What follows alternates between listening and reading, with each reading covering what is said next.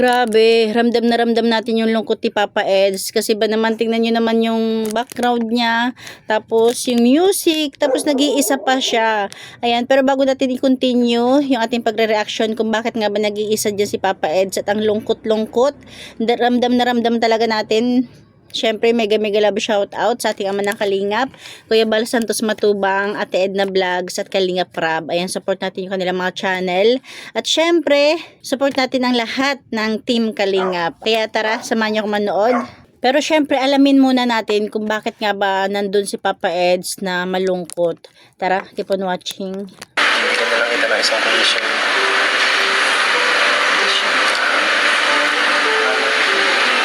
Alam mo yung napuntahan natin ng nakaraan. Dati. Hintayin kita doon.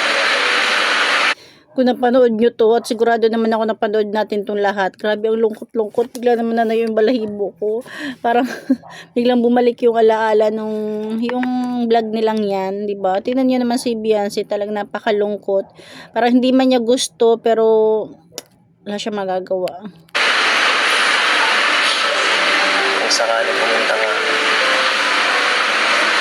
isipin ko, bagong isip mo. Yes, ayan. Bali yan yung nagbigay si Papa Eds ng date at lugar na pwede nang pagtagpuin na kung sakaling magbabago pang isip ni Beyonce, isabihin continue. Pero pag hindi na siya pumunta, yun, talagang tuloy na ayaw na ni Beyonce magpa-vlog or mag-vlog with love team. Magpapa-vlog pa siya pero sabi nga is wala nang love team. Pero kung hindi, tatanggapin ko na yan. Tabuo. At nire-respeto ko na dahil. Oh, naiyak na dyan si Papa Eds. Hindi, at talagang naluha yata siya niyan, di ba? Kasi nagpunas-punas talaga siya. Naiyak talaga siya. Yung habang nagsasalita siya ng ganyan, nasasaktan din naman siya, di ba? Huwag na magsabi.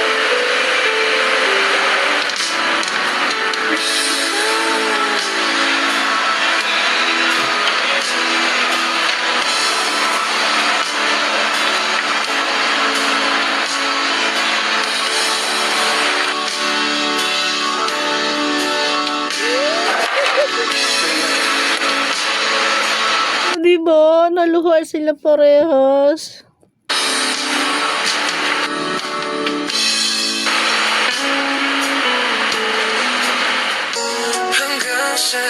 At ito na yon. Ito na yung date at place na binigay ni Edo. Kung dumating or kung darating ba si Beyonce.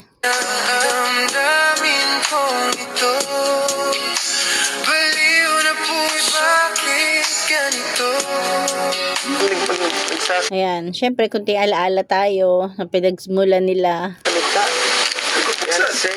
Ay, sorry. sorry. Ano yan? Excited na agad naman. Gusto ko na buksan eh. Ay, panghanda na kayo.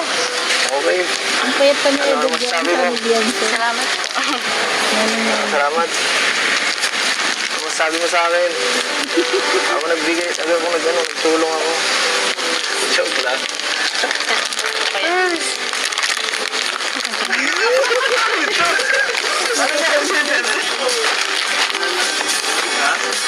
Kinakabahan mo ako. Ang sarap balikan. Ang sarap lang balikan ng mga nakaraan nila, no? Kinakabahan? Kinakabahan saan? Kinakabahan ka kay Kuya Edo mo? Kinakabahan ko.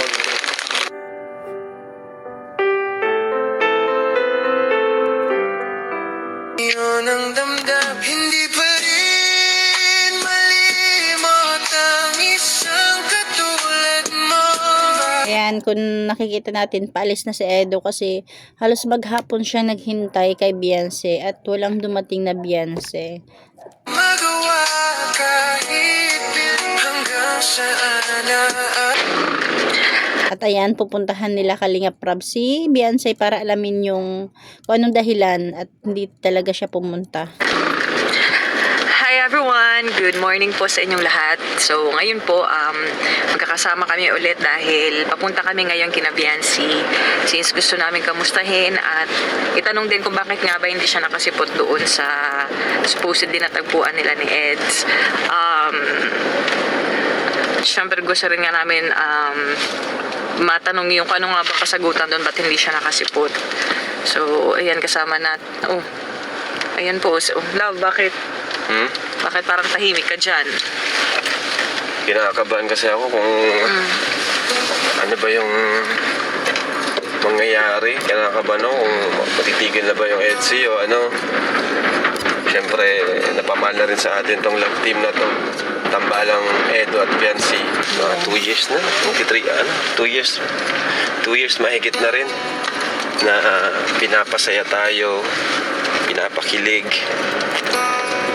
ups and downs, mixed emotions ang ating nararamdaman. Kumbaga, naging part na rin siya ng kalingap life natin.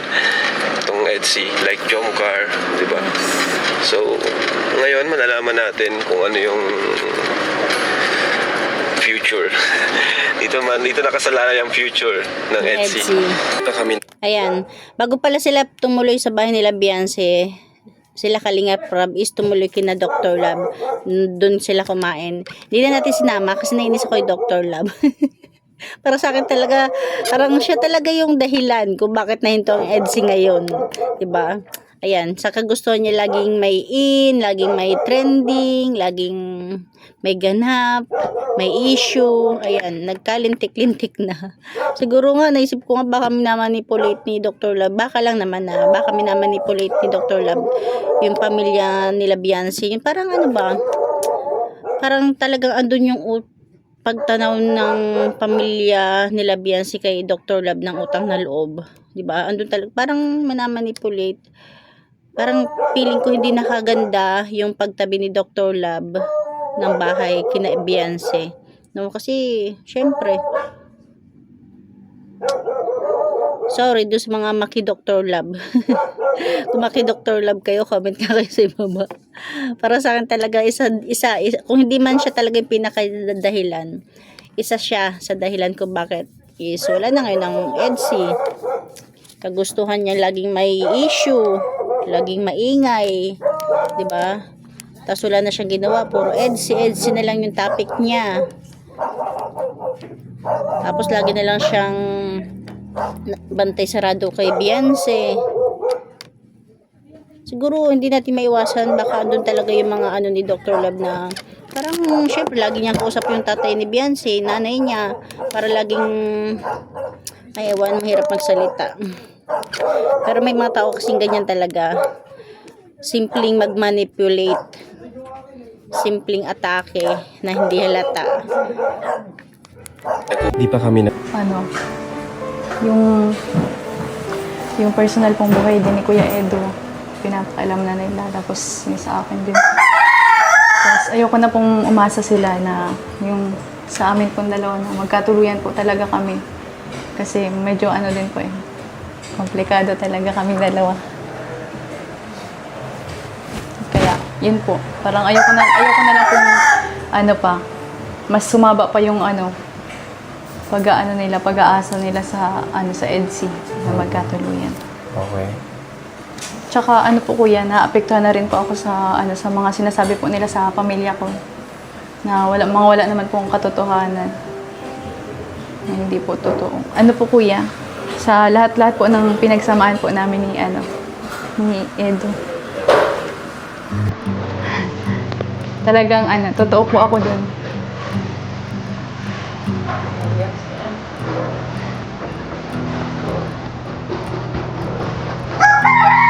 Naging totoo po talaga ako sa kanya, kuya. Totoo po nagkagusto po talaga ako kay Kuya Edo. Minahal ko din po talaga si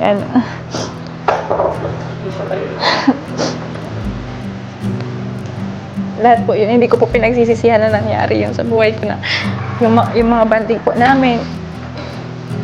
Mga travel. Hindi ko po yun pinagsisihan. Madami din po akong natutunan sa kanya. Kaya nagpapasalamat din po ako sa kanya kahit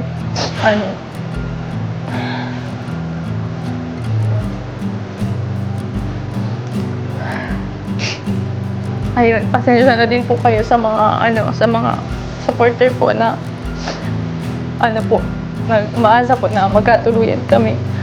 Oo. Pasensya na po kayo.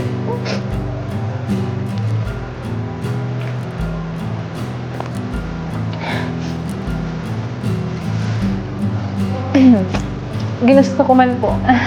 Gusto mo naman lahat Ginusto na ko. nangyari. Lahat para sa sa'yo. Kumbaga, paras naman kayo, naging masaya. Di ba? 2 years. Sobrang naging masaya naman sila lahat. Kayong dalawa. Lahat tayo. At, yun.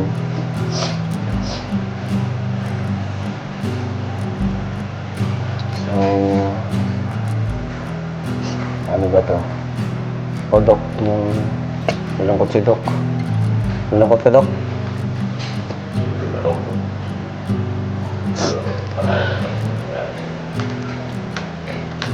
So, in short, Face and Agency is maliban dun sa magulo na talaga, mga toxic, tapos ayaw na rin paasahin yung mga viewers, di ba? Pero syempre, di pa rin naman natin masabi, di ba? Ang panahon, hindi natin masabi ang panahon. Kaya, pero at least naging honest yan si. Although di pa rin talaga natin masabi yung panahon, di ba? Kung Tsaka ano yung future nilang dalawa. Kung sakali man pong stop yung love team kuya, ang sa akin po, kung gusto niya pumunta dito sa bahay, welcome po siya lagi dito. Yun. Mas ano yun? Privado na lang. Oo. Diba? Mas okay yung ganun. At, Tsaka din po kasi kuya, madami po bagang ini-issue sa kanyang oo. Yun po yung ko dun. Kailangan talaga muna. Kailangan talaga may mga dapat ayusin din, di ba? Kasi yung ibang viewers kasi seryoso, di ba? Siyempre, kunting may mapansin, iba na yung mga sinasabi, di ba? Buti sana kung ibang viewers talagang lang sila. Alam po nila na Ang papanoorin lang nila yung sa vlog natin, di ba? Kumbaga di sila masyadong aasa. Opo. Buti sana kung ganun. Pero kasi yung iba na din talaga mag-isip. Naintindihan ka naman namin, di ba? Sabi ko nga sa Biancy, lahat naman kayo. Sabi ko, once na gusto nyong ihinto, hinto natin.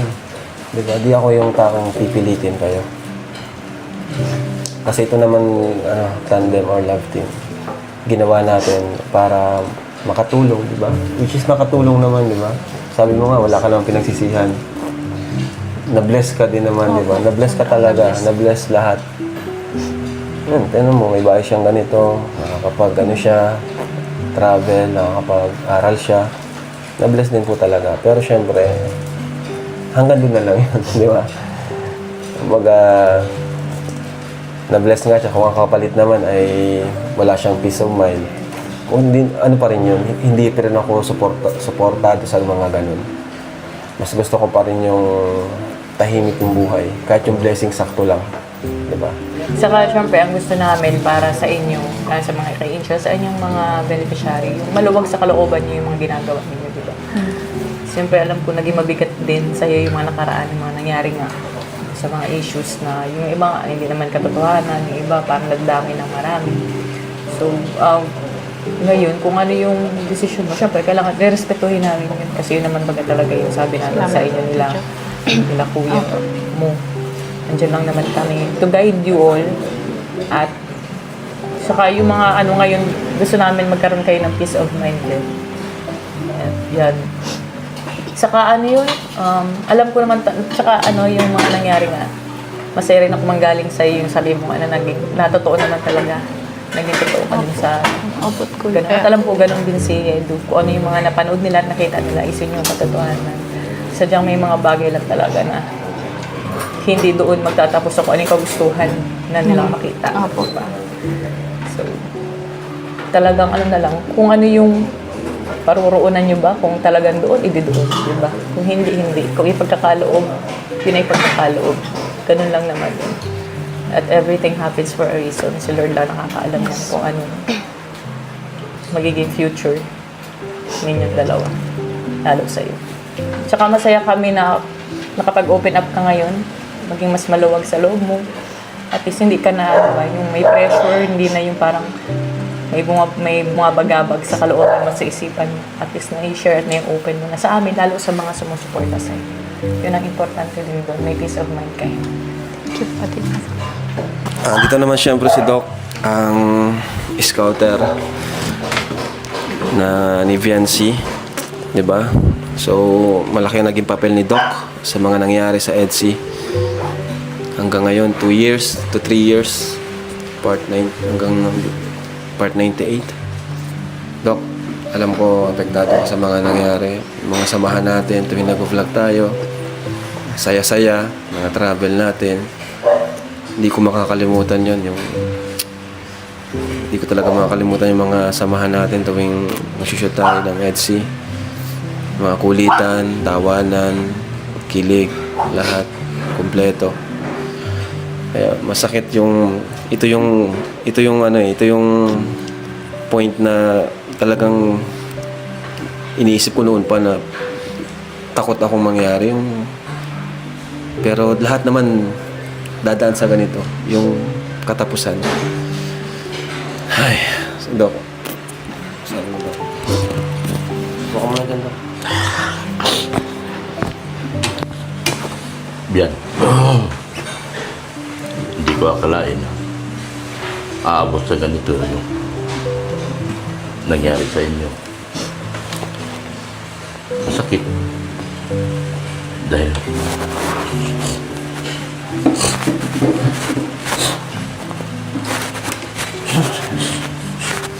masakit kasi